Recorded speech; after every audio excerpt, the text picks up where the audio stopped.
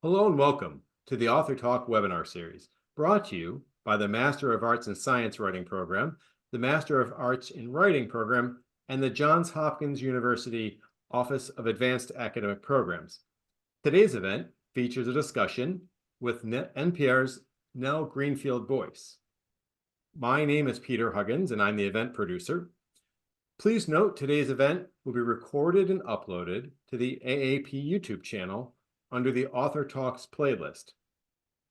During the program, if you have any questions, please feel free to use the Q&A function, and we'll answer as many questions as possible during the latter portion of the event. With that, I will turn over the event to our moderator, Melissa Hendricks-Joyce, Associate Program Director and Senior Lecturer for the Master of Arts in Science Writing program. Thank you, Peter. Hello to everyone, and thank you all for joining us for another author talk. These talks are hosted by the Johns Hopkins Master of Arts in Writing and Master of Arts in Science Writing programs. And this evening, I am delighted that both our guest author and our moderator are Hopkins alumni. I'll give a very brief introduction and then cede the stage to our guests. And as Peter said during this talk, please feel free to use the Q&A to post your questions. I am super delighted to introduce our guest author, Nell Greenfieldboyce. And even if you have not met Nell in person, many of you will undoubtedly recognize her voice from National Public Radio, where she has covered technology and science since 2005. Nell's reporting is distinctive for how her stories share her own sense of awe and wonder, her enthusiasm, and her sense of discovery.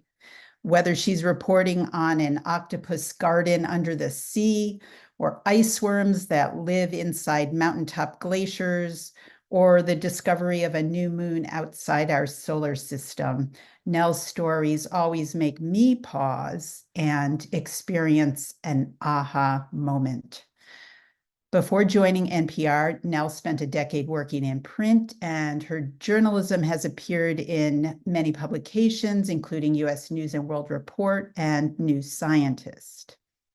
And as I mentioned, she's a graduate of this university, in fact, a two-time graduate, having earned a Bachelor of Arts in Social Sciences, as well as a Master of Arts in Science Writing from the Hopkins Writing Seminars.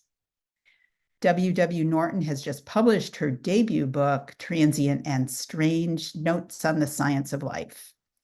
This collection of science essays and memoir has received high praise from our science writing luminaries, including Emma Maris, another Hopkins Writing Sems graduate, who writes that Transient and Strange is a deeply relatable account of the pleasures and the terrors of being a woman, being a mother, and being deeply curious about the universe. And we are so delighted to have you with us this evening, Nell.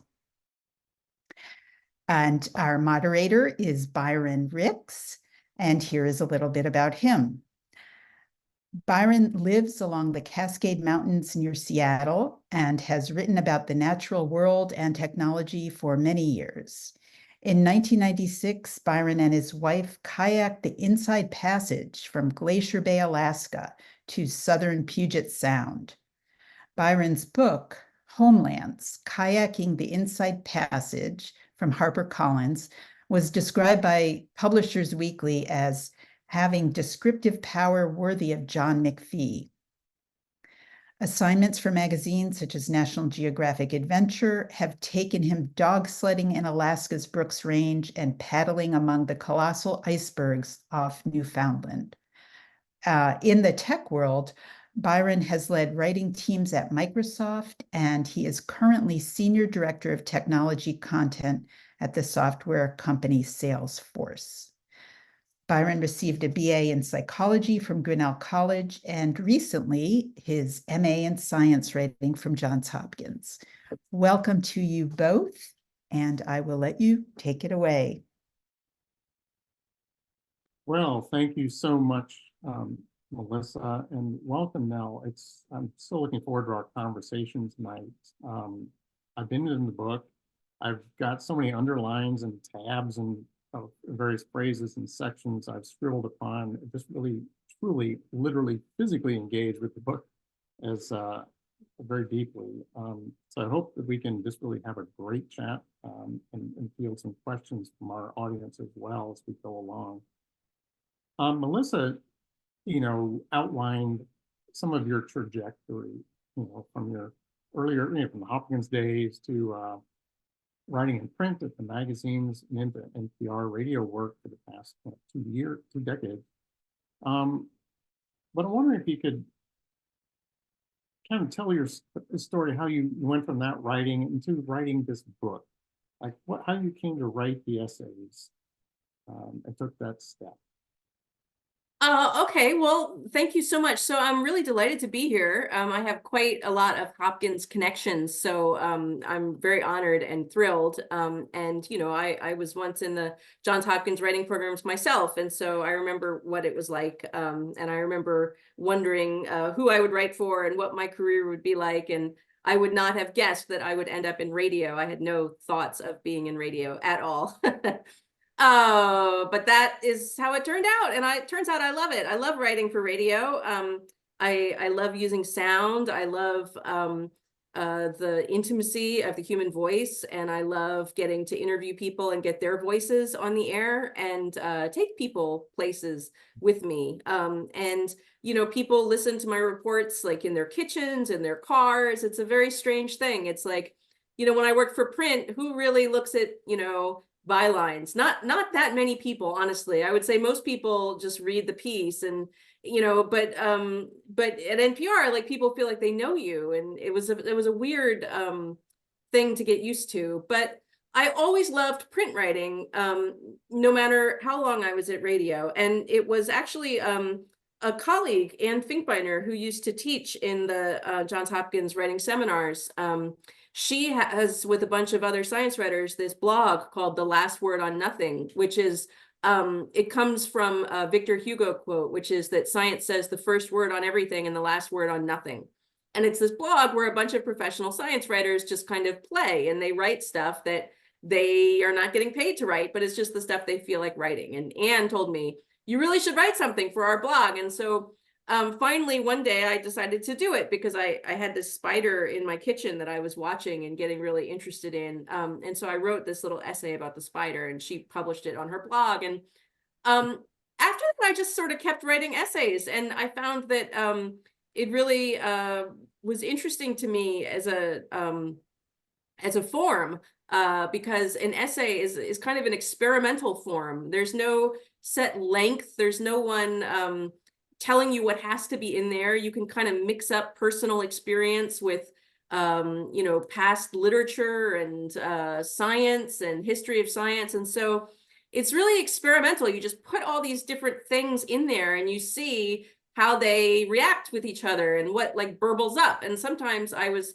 quite surprised and wasn't expecting things to go in the directions that they did. And so I wrote these things, and they were just in my computer, and I had no idea what, if anything, I would do with them. And a friend of mine, Tim Kreider, who's published some books of essays and writes for places like the New York Times, he told me he thought I should put them together in a book. And so I was fortunate enough to find a good agent and a good editor who agreed to help me do this, because honestly, I've since learned that books of personal essays are not like usually wildly received with enthusiasm in the publishing industry. They're kind of a tough sell, but I think because all of mine have to do with science, there's a sort of through line that made them maybe more palatable. That's a long answer to your question, but I didn't set out to write a book, I guess is what I'm trying to say. I was just noodling around, and it ended up becoming a book. Yeah, and it sounds like that writing group, if you will, right? That was pretty, it kind of nudged you along. Yeah, although it wasn't so much a group. I mean, it's a group of people, but they kind of take turns writing. It's not like a workshop. Do you know what I mean? We're not reading each other's work and commenting on it. In fact, quite the opposite. People just throw things up on the blog, and we all enjoy reading them. And it really is a, you know, when you get into the professional writing world and so much of what you do is based on what you can get paid to do, it is a treat to get to play. And that was just a venue for playing with a bunch of people who I respect a lot. Love it. That sounds like, I mean, yeah, I just reflect on my own experiences. That kind of place, that sandbox, if you will, has been really important. That's great to hear about. I'm wondering, you know, do you have a selection in mind from the book you'd like to read that might bring us into the world of the essays, or one of the essays? Okay, so here's the book. It's a very dark cover. I don't know why it's quite so dark. The deal with the essays is most of them are personal essays that veer into the history of science. So when I was at Hopkins, I studied the writing SEMS, and I also studied history of science because Hopkins has got a great history of science program. And I've always loved history of science.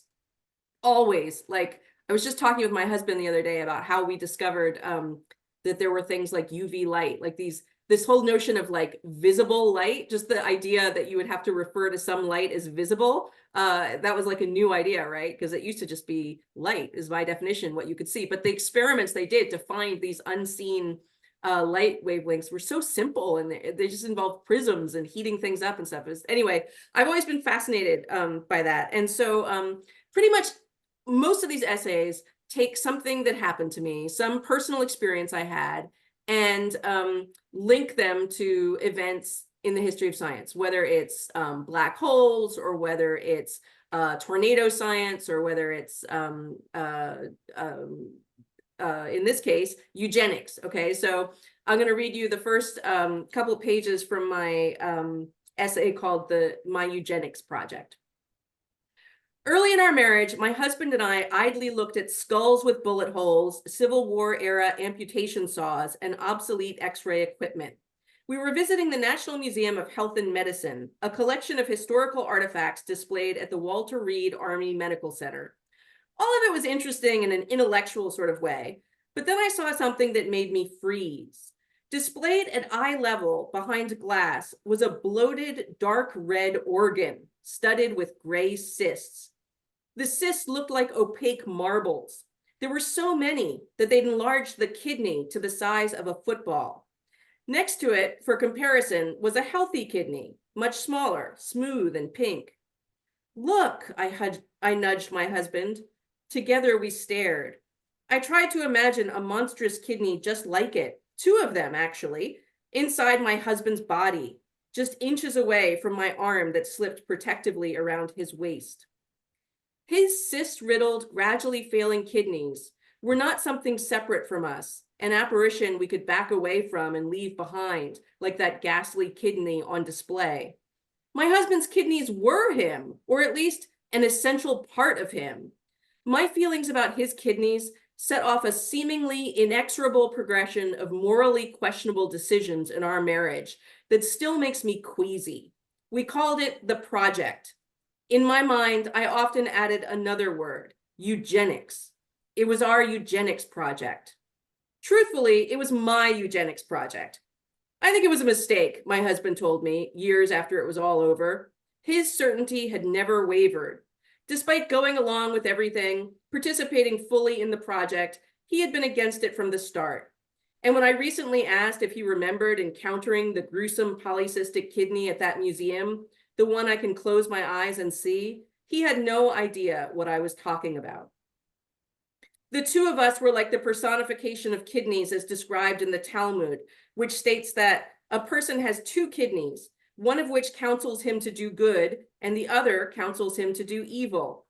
Ancient writings like this one evidence no awareness that the kidneys did anything as mundane as filtering the blood and making urine.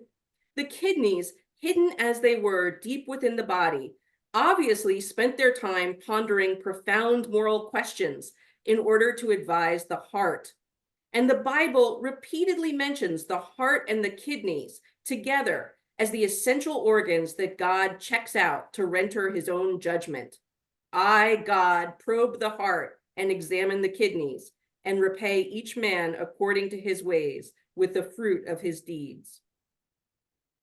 So I don't know. Then it goes on to talk about this whole series of events in my marriage, which, make me look pretty awful, I got to say. But the whole thing is also looking at how our experiences were influenced by, affected by, and resonate with this country's really awful history of eugenics, which if you don't know anything about, you should learn about because it's a shocker.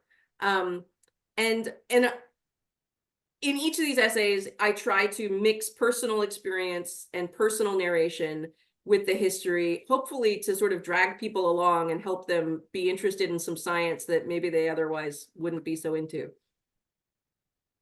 You mentioned when you began work at NPR, right? There was a little bit different, like people, you had a connection, the voice provided, the human voice provided that connection. Well, and you're going from reporting, like the facts, let's say, a little bit more objective piece to a personal essay. I mean, like when I read that piece, the other pieces in this, they're definitely personal essays, and you reveal quite a bit. Was there a sense of, again, that vulnerability or deeper connection in these pieces that you haven't experienced quite the same way before in a more objective piece, reported piece? I mean, certainly I'm putting myself right out there. I mean, there's, if you read this book, you're going to read all sorts of like super personal stuff. Like you're right there in my marriage, you're right there with my children. And it's a very weird experience for me because, as a reporter, I try to stay a little bit separate from the story in the sense that you don't want to become the story when you're reporting a piece. Your job is to help other people experience the story, not to experience like your version of it necessarily. As a radio reporter, you go out there into the world and you kind of like kick the tires for the public and you bring back, what you thought. In that sense, it's kind of like your perspective. It's sort of inevitable that it will involve you and your personality to a certain extent, but you highlight other people's experiences, you highlight other people's emotions and other people's voices. And so, yeah, it was super weird to put this stuff out there. But remember, in the beginning, I wasn't putting it out there. I was just writing it for kicks on my computer. And I definitely had moments when this book came out that I realized like, oh, no, oh, really? Like other people are going to be reading this. And I talked about it with my husband and I said, I'm a little worried, like people are going to read this. He's like, nobody's going to read this. I was like, thanks. But it did make me feel better, actually. And it turns out it's not that big a deal, actually, because all these experiences I had, like, even though they were personal to me and often excruciating at the time, they're pretty common, kinds of things. Like, thinking about genetic diseases in your family, getting hit on by some older guy, like, dealing with your kids' childhood phobias, like all this stuff is pretty, everyday stuff. And so, hopefully it's relatable. Oh, absolutely. I mean, in your essay about tornadoes, it brought me back to the time when I was building my own tornado shelter. It was nothing but like a little berm in the sand pile we had outside, but it was a safe place, right? So I related with that for sure, and many other places along the journey with you. I'm wondering, as I listen to that, like how you're writing for the page. It's certainly an essay, but writing for the page is different for you as a writer than writing for the voice, for the spoken word. What are different elements?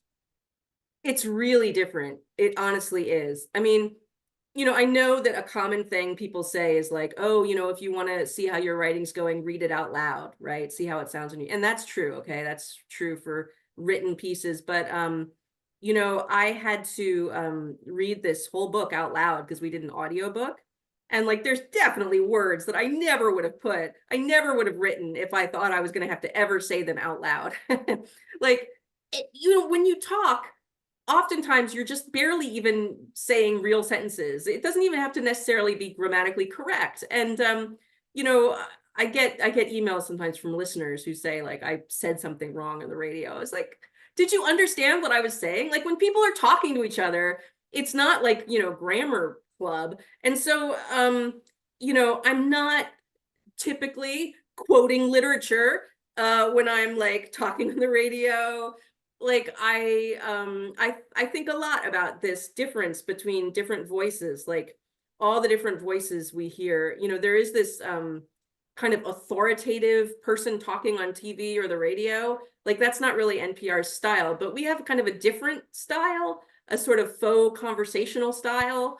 And then there's like actual conversations, like when you're actually talking to your friends. And then there's when you're writing things, whether it's a term paper or whether you're writing these essays. And these essays, they are in my voice, but they're definitely not written in my radio voice. Like it's interesting to compare them all, and to, you know, like I said, I was just playing. I wasn't necessarily trying to be in any direction, but I have given quite a lot of thought over the years to that, to voice and cadence and what sounds natural and what works on the page versus you know, on the radio, because you know, there's a lot of podcasts and radio and stuff now, and you know, oftentimes it's print people moving into radio and moving into audio, and so oftentimes they just try to cram in too much information, like too many facts,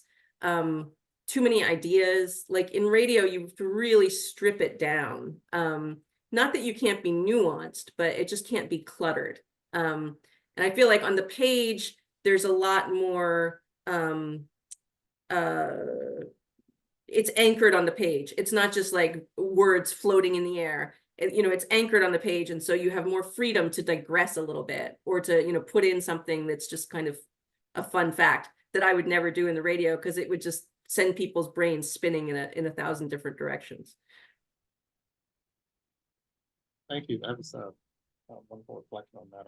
I'm looking at the chat too, Q&A anyway. And, you know, my question as well, like on the early front side of radio, your radio experience, how did you end up in radio is the question. So you went from writing articles, magazine pieces to radio.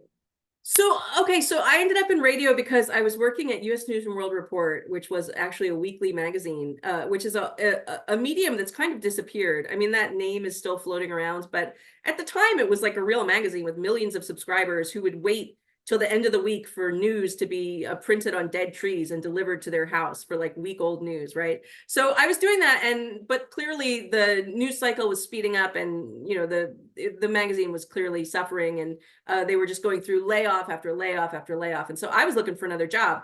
And at that time, Joan Kroc of McDonald's fame, she's like an heiress, had just given NPR like a ton of money, and so they were actually hiring reporters. Like, journalism has gone through all these layoffs over the last decade, thousands and thousands of jobs lost. But at the time, NPR was actually hiring. They were hiring a technology reporter.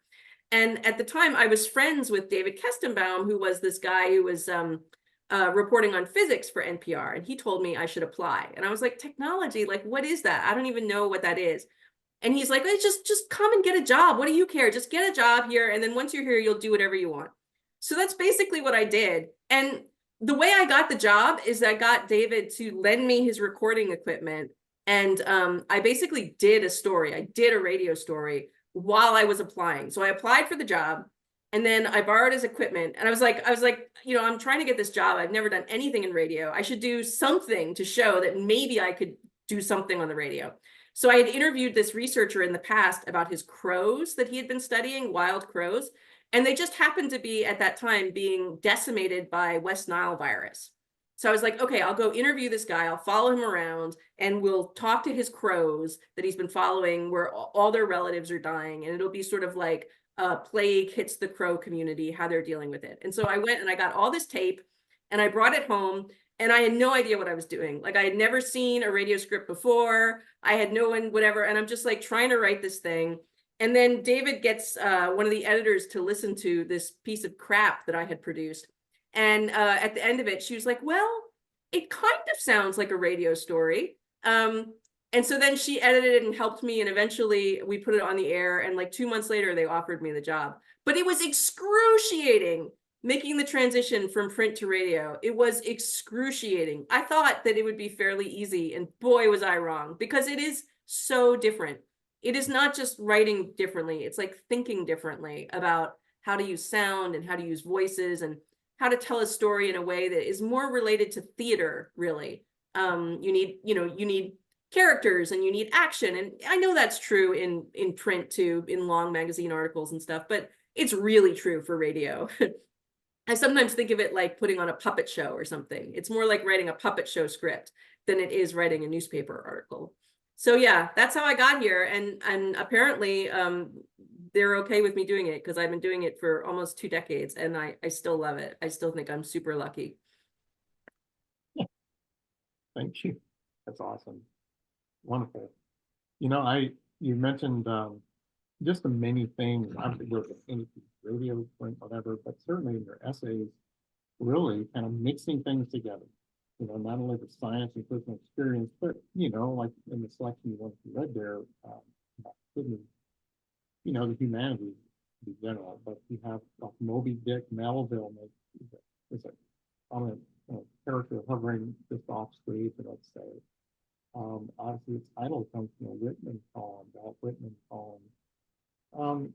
Yeah, just in a personal essay, any essay, there's a path that is usually not straight, but I was really taken how you transitions among some of these sections between personal history of science and diving into some of the traditions, cultural thought, let's say, were really wonderfully seamless. I couldn't believe that I found myself suddenly in a paragraph or a copy break, maybe, reading and naturally feeling like, oh, this is what comes next.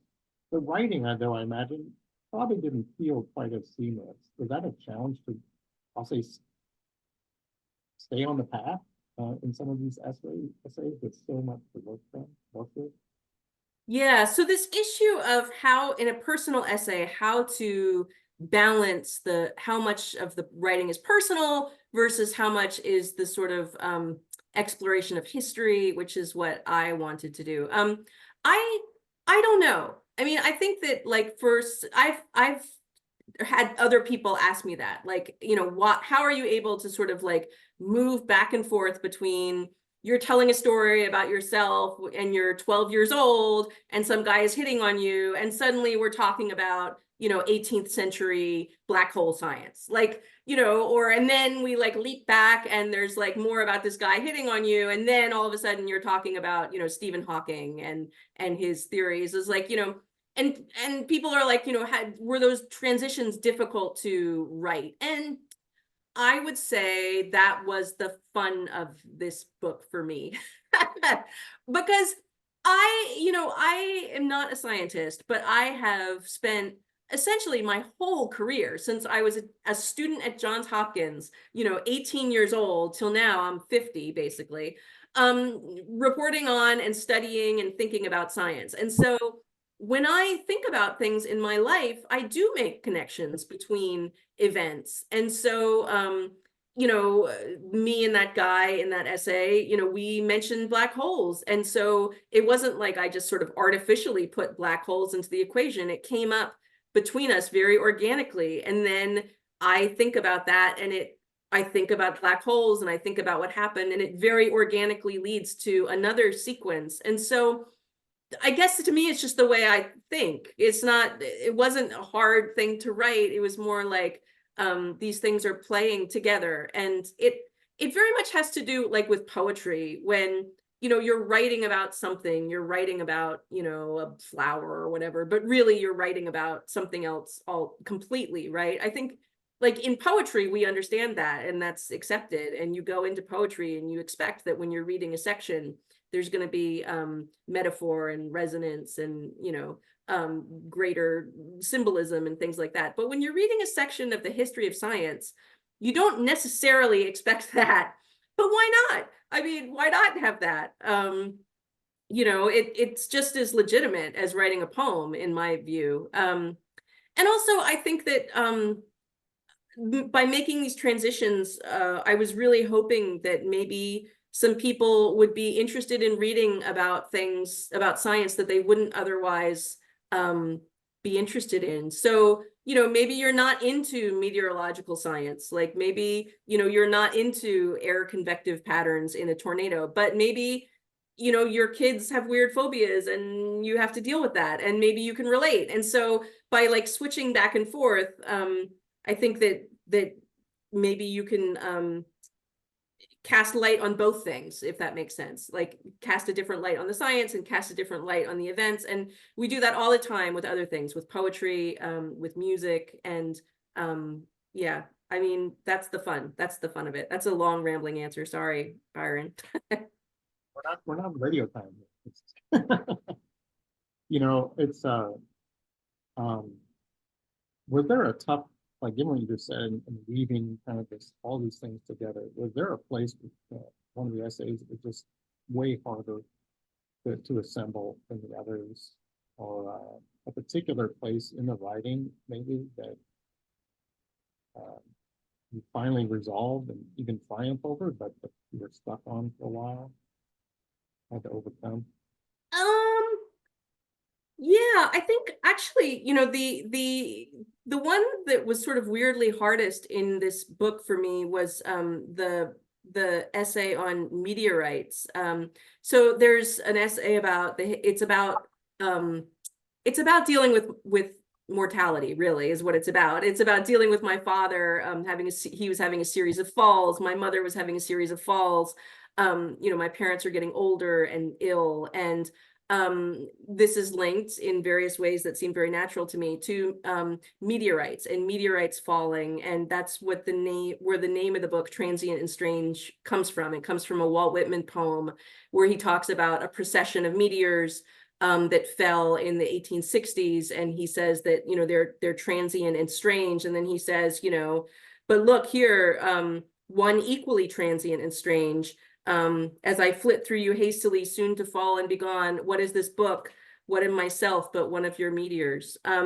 So that essay, like, it came together very nicely in the end, but for the longest time, I didn't realize it was about meteors. I thought it was an essay about gray rocks in general, not just meteors, but other kinds of gray rocks like granite and driveway rocks and all the rocks that you see around you all the time that you don't notice because they're just there, and you don't think about the fact that they're like 200 million years old. And so, yeah, I really struggled with that for a long time. I was just writing the wrong thing. I was completely deluded about what the essay was about. And as soon as I finally realized, oh yeah, it's about meteorites, those gray rocks, not all these gray rocks, but the ones from space, then it like all fit together. But yeah, it was a lot of wandering around for that one. There was a lot of wandering around in a way that I found very enjoyable. I think a lot of writing people do is very directed, or they have goals or objectives, and you know, they're writing for an assignment, or they're writing an argument or whatever. But if you're just writing, not in that such a directed way, you don't know what's going to happen. I was wondering if you found these, if you'd ever do it again, right? Ever write essays again, or if you really find this form to fit you really well as a writer. Would I write more essays? Sure. You know, I wrote another one after this book came out. I wrote one about Santa Claus. You know, what to tell children about Santa Claus, because the arguments about that are so tedious every year. And I you know, sort of how children experience Santa, like as a natural phenomenon, like how they investigate it, like scientists. I found that really enjoyable to write. But I mean, honestly, having written this collection of essays, I guess maybe I would want to play in some other way, if that makes sense. Like, you know, I've sort of played around with this form. I would be interested in writing, you know, a longer nonfiction piece, like maybe a book that focused on one topic, one event, one person, and explore that really deeply. Yeah, I don't know, but I do know that I'm not going to write fiction. I'm not that creative. I like the world as close to how it happened as it can be is my preference. Yeah, I'm really throughout these essays, and of course listening to NPR pieces, needless to say, you have a very strong allegiance to the truth, to facts, to acknowledging when there's a gap in knowledge, right? That really came through. And as a reader in the essays, you know, I think you really established yourself remarkably well as a trusted narrator by doing that, both by being like the vulnerable moments, the personal parts, but also just really, you know, the questions you ask when you kind of flayed yourself open and saying, I don't know, or I'm not sure what this is about. Those were important moments for me as a reader. And just really pleased that you included that level of disclosure in the writing. That was good. Well, I know we have a bundle of questions lining up here from the audience. You might take some of those now? Sure. Let's see. I'll start at the top from Celeste Jenkins. Do you have suggestions for how to pitch, sell audio stories to radio stations as a freelance writer? That's a good question. So I've never done that. Well, I did that once, and I had friends who worked there. So that's a telling you that you should have a good friend who works there and use them is not a very helpful comment. It's hard. So you know, my understanding is there's not a lot of money to be made in freelance radio pieces. That is what I can tell you right now. I think that if you have local, I mean, basically it's like any kind of pitch. Like, so you want to find out who in the newsroom is making decisions. You want to reach out to them, probably by email, and explain to them what you want to do and why you are qualified to do it and why you should get the chance to do it. So, you know, a lot of the interesting things about audio is that, you know, it's hard. It can be hard. It's always this circular thing. You know, you need to prove you can do it, but you can't do it until you've proven it. So how do you prove it?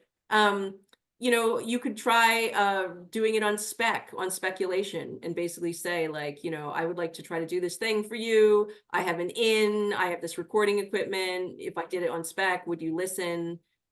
Which is basically kind of what I did. But it is tough out there for freelancers in general. And I think it's even worse for audio freelancers. Because, you know, on the other hand, you know, there's more possibilities in some ways than before, because you don't just have the local radio stations, you have the, you know, podcasts and all kinds of different things. I mean, honestly, I would think that if you wanted to get into public radio, your best bet would be to try to get some sort of internship or summer gig or something at a radio station, you know, and that way you would get lots of opportunities to show off what you can do. But without that, I think it's going to be, I mean, I'm being completely frank, it's going to be hard. Here's a question, a few from Stephanie. Let's pick one of them for now. Stephanie Schaefer, I believe, says, I'm so heartened and intrigued by the possibility of bringing science to life through story and narrative. What lessons would you highlight as we seek to break down the more polarizing topics at the intersection of culture/technology and create cognitive openings for richer understanding?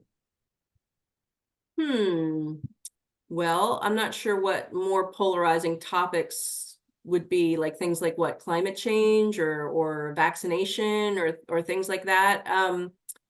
Yeah, I don't know. That's another question I get a lot, is how I deal with more polarizing topics. In general, I think people are open to human experiences. I think I was thinking, this isn't about science, but I was thinking about a colleague of mine, Danielle Kurtzleben, just did a piece recently about what it's like to be at a Trump rally, which, you know, could be a polarizing thing, right? Some people who go to the Trump rallies love to be there, and people who don't like Trump would not want to go.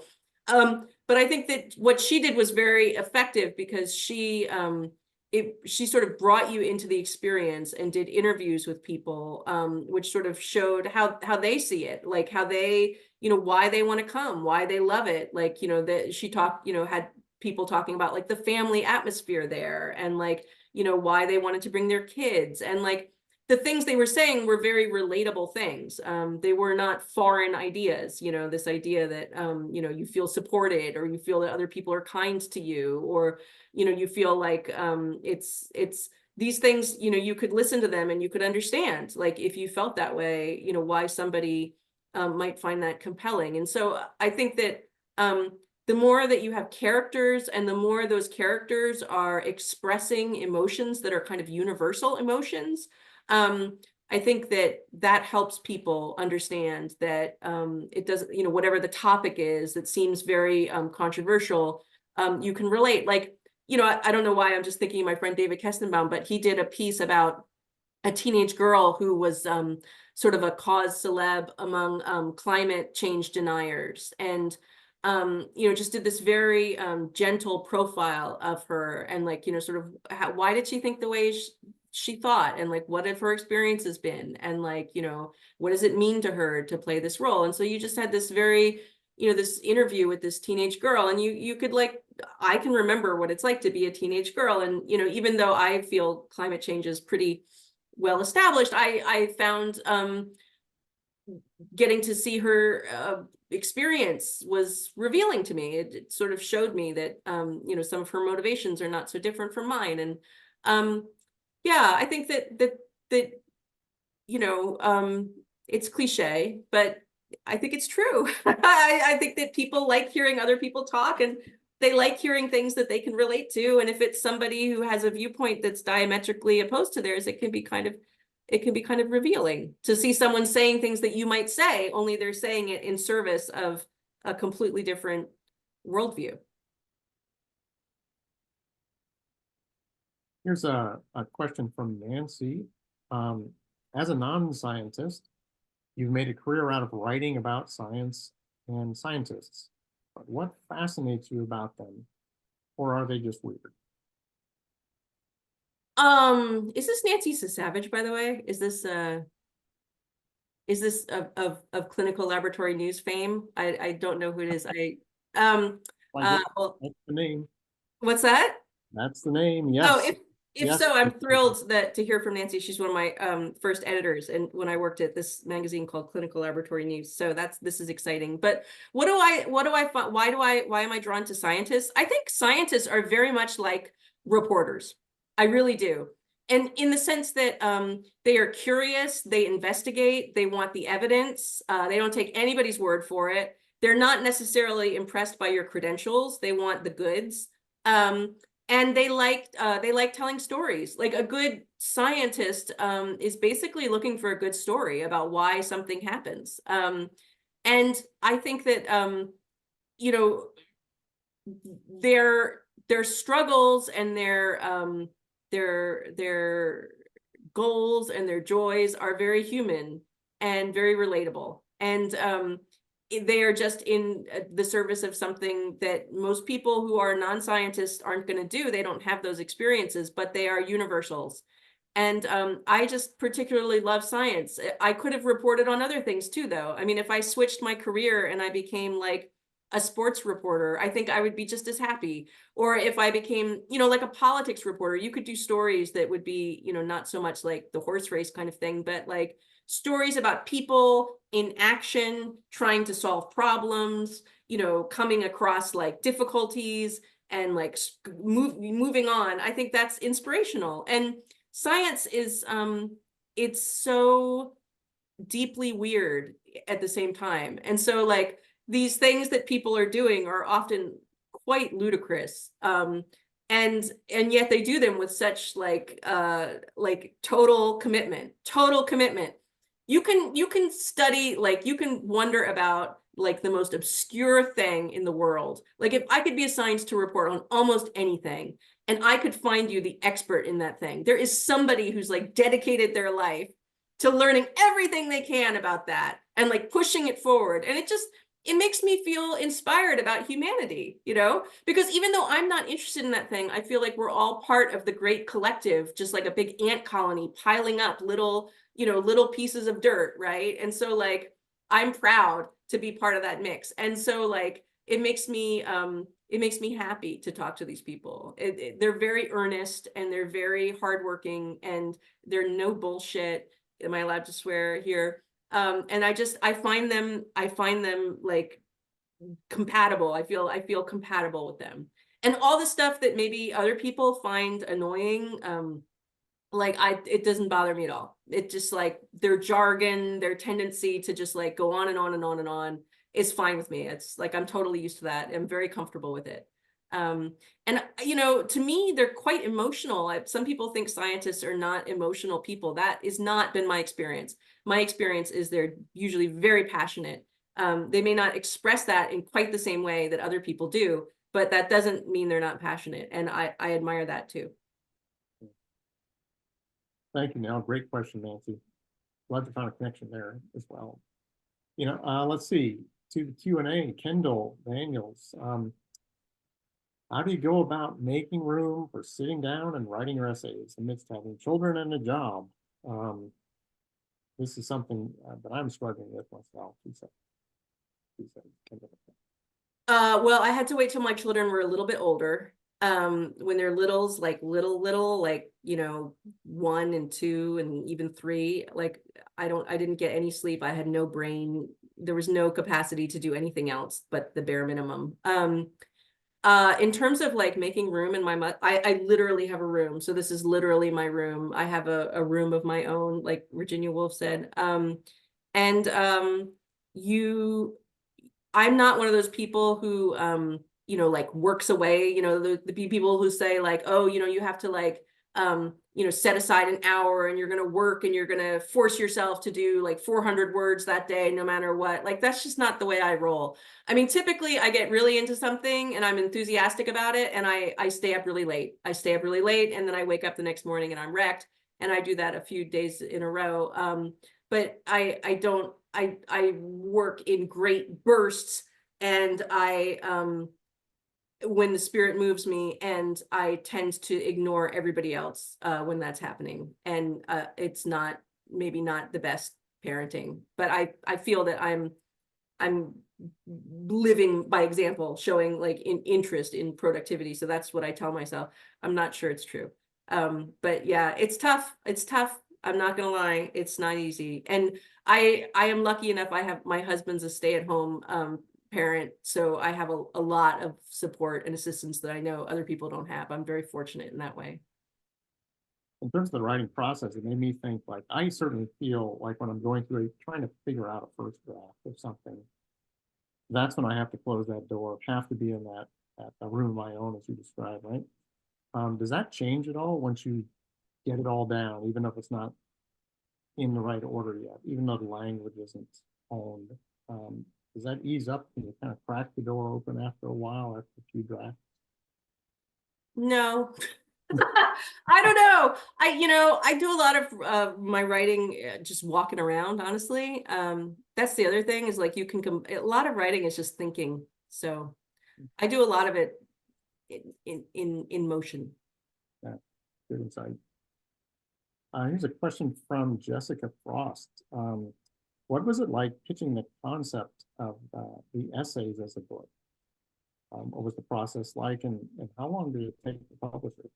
Okay, so the concept of pitching the essays as a book was that I leaned hard on the fact that I'm a science writer. I'm known for being a science writer. And I don't think there would have been any interest in publishing this book if I hadn't worked at NPR for 17 years, right? So, I mean, they're totally banking on the fact that like at least a few people might recognize my name, and they'll recognize my name as a science reporter. So the fact that I wanted to write a book on science essays helped a lot. Like, I think it would have been harder to write a book of essays on like gardening or something. Like nobody would care what I had to say about any of that. It would have been very hard to market it because books, unfortunately, you know, publishers want to know how they're going to market this book. Like how can they understand it as a marketable product? And so I think mine was fairly easy in that regard, in the sense that, like, here is this person who a lot of people know as a science writer. Look, she's written another kind of science thing, only slightly different. Maybe you'll like it. And so I got an agent through a friend. This friend of mine who had published essays had an agent. She read my essays and helped me write this proposal, which went out to some editors in March of 2020, which was a year and a month where people were rather preoccupied with some other things that were happening in the world, like the total shutdown of the entire economy due to a once-in-a-generation pandemic. So we pulled it, and then I then later offered it to one editor, Matt Weiland, who does a lot of science writing books at Norton, and that was like the very beginning of 2021. So it took like 2 or 3 years. But one of the first essays I wrote in this book, I wrote when my kid was 5, and so he's now 13. So it was like 8 years. It was a long time.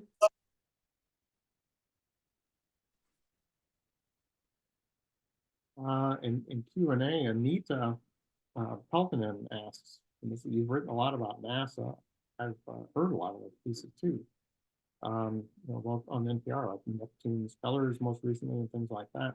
You've written a lot about NASA. Would you ever want to go into the moon or outer space? I have zero interest in ever going to outer space. Like you could not pay me any amount of money to go to outer space. I'm completely uninterested. In fact, I'm not really all that interested in NASA. So, I mean, when I came to NPR, NASA as a beat is just kind of relentless. Like, they have so much going on all the time, and they're sending out press releases all the time. And when I came to NPR, I think some of the other reporters were a little tired of covering all of it. And so they carved out a piece that I would do, which was human spaceflight. So I ended up reporting a lot on human spaceflight and learning all about human spaceflight. And it's not something that I'm interested in essentially at all. I mean, I'm okay with it in the sense that I can report on anything. It's an interesting human enterprise, just like anything else. But it was often quite weird for me, like being in a press briefing, because a lot of the people who cover human spaceflight are very gung-ho for human spaceflight, right? They cover specialty publications that are basically very supportive of the space program and humans going to space. And so I always felt kind of weird being there, because it's like, I don't care if we go to space. So yeah, I don't want to go. I don't want to go to the bottom of the ocean either. I got zero interest in that. Yeah, I just feel like, eventually we probably have to be a multi-planet species, but we have so many other issues, and there's so much we can experience just through robots. Like the pictures coming back from Mars and other places are just unbelievable. So I don't really feel the need to like risk my life to go there. Like if it could be totally safe and I somehow could live on Mars, yeah, maybe just for kicks. But I feel about the same as I would like going to Las Vegas or whatever. It's like, yeah, it would be fun, but I'm not like just dying to do it. It's yeah, I think you've had a lot of experiences though in the reporting for sure. The book even talks about like your times in the coal mines and various other things when you're out in the field. But yeah, that's always fascinating how the experience in putting a story together can be different, or embed the story. Well, we are almost at time here. I want to acknowledge Abigail Albert's comment in the chat, because she just resonated with your story about the kidneys now, and she's recalling from a high school class. It sounds like. Let's see, where can I enter the comment here? It's like and she said, from what I understand, the adrenal glands right over the kidneys secrete the adrenaline that advises the brain on the fight or flight instinct. Cool stuff. So and thank you, Abigail, for that, because that's the same kind of resonance that I had with so much of your work now. It just brought up memories, knowledge, bits of knowledge that I've encountered before and long forgotten. And it was just very enriching. I felt more fully alive reading the book. Yes, and I will pop back in, and I think we have a minute for me to slip in a quick question, if you don't mind now. And it's back on something that you said about transitions. I'm particularly fascinated with transitions and structure, and that comes into play, of course, in the essay form.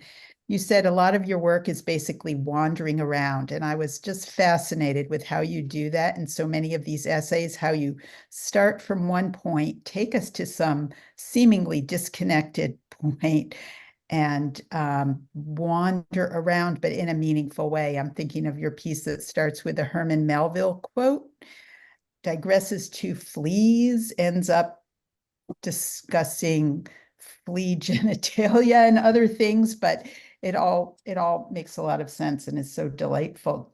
So my quick question for you is, do you outline your essays? What is your method? Is it just like a stream of consciousness?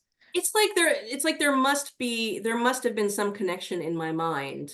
Do you know what I mean? And I just try to replicate what that connection was, if that makes sense. Like you're just following a train of thought. It's no, I don't outline, because I often don't even know what I'm going to write. I don't even know. Like that whole flea essay was just, it was not something I expected at all. I was just talking with a friend of mine, and we mentioned that thing that Melville said.